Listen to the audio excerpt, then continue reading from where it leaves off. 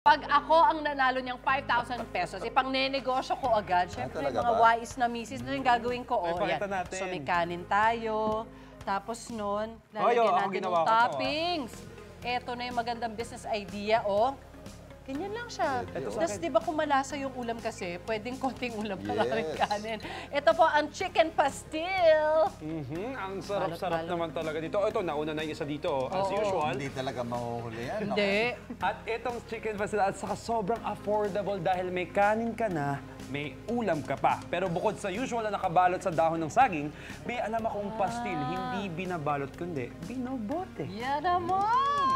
At parang kakaiba ang flavor, salted egg pastil. Nako, Chef JR, paano ba niluluto? Yan na nga yung pinili ko iuwi. Ayan! Reserve! Salted egg. Ma'am Reserve! Susie, a blessed morning sa inyo dyan. Ang tatangkad ng mga kasama mo dyan, Ma'am Susie. Ha? Talagang, I'm sure, ang tatangkad din ng appetite ng mga kasama natin. At eto nga, yung secret ingredient ng ating very special pastil. At speaking of business idea, Ma'am Susie, tama ka doon. Kung kayo mananalo ng 5,000 pesos, eto, yung ating bida this morning, nag-umpisa lang din sa 5,000 pesos at ngayon, daan-daang piso na nga ang kanilang kinikita. And of course, to learn more at sagutin yung tanong ni Ma'am Susie kung paano ba ginagawa yung kanilang very special na pastil, makakasama natin this morning yung owner, si Sir Kenneth Mama. Sir. Ayan sir, good morning A Chef. blessed morning po.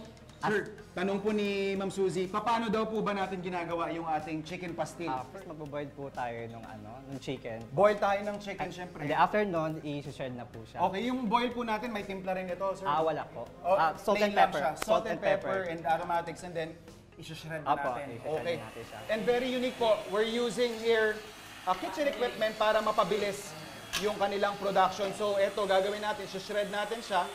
In fact, sobrang bilis niyan kasi kung mamanu-manuhin to, Sir Yes Kenneth. po. Aabutin Matagal. ng buwan, ano? So ito na po yung magiging itsura niyan and then, anong susunod na step natin, Ayan Sir na, Kenneth? igigisa na natin siya sa bawang, luya at saka Okay, sibuyas. si Sir ang ating kasama dito. Ito. Ilalagay na natin. Bali po yung ating oil dito, meron na itong aromatics. Yes meron na po. itong luya, sibuyas, tsaka bawang. And then, mga ilang minutes po natin itong iluluto? Igigisa natin siya ng 15 minutes po. 15 minutes? Yes. Alright. So, 15 minutes. Para and then- manuot yung lasa ng ano. Of course. And then, mga ano-ano po ba yung mga panimpla natin dito sa ating chicken pastil? Yan na yung salt.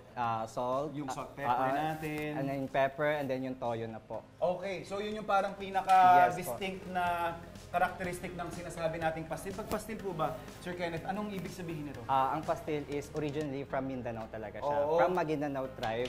And Okay. then nakalagay siya sa banana leaves.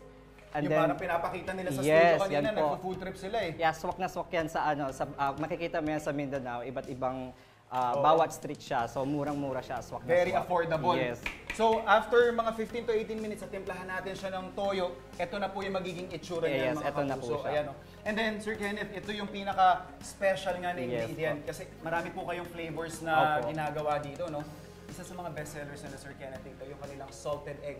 So makikita natin, real salted egg yolks yung gamit nila dito. So we're just gonna put it in, sir, Yes no? po.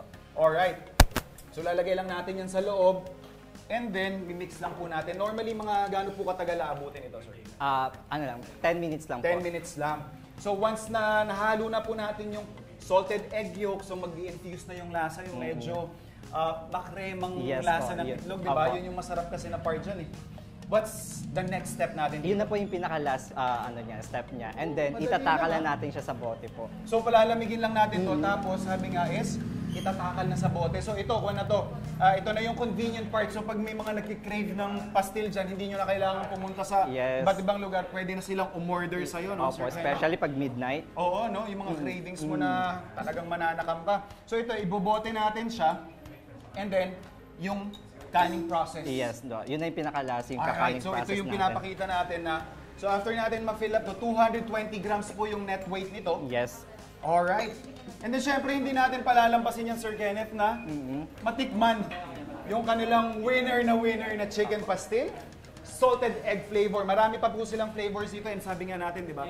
Daan-daan, libo yung kanilang kinikita. So, daan-daang beses din yung kanilang ginagawa dito na bote tuwing gabi, ano? Opo, per day po kami gumaga. Salted egg chicken pastil for the win, mga kapuso. Tuloy-tuloy yung food adventure natin dito lang sa inyong pambansang morning show saan laging una ka, unang hirit!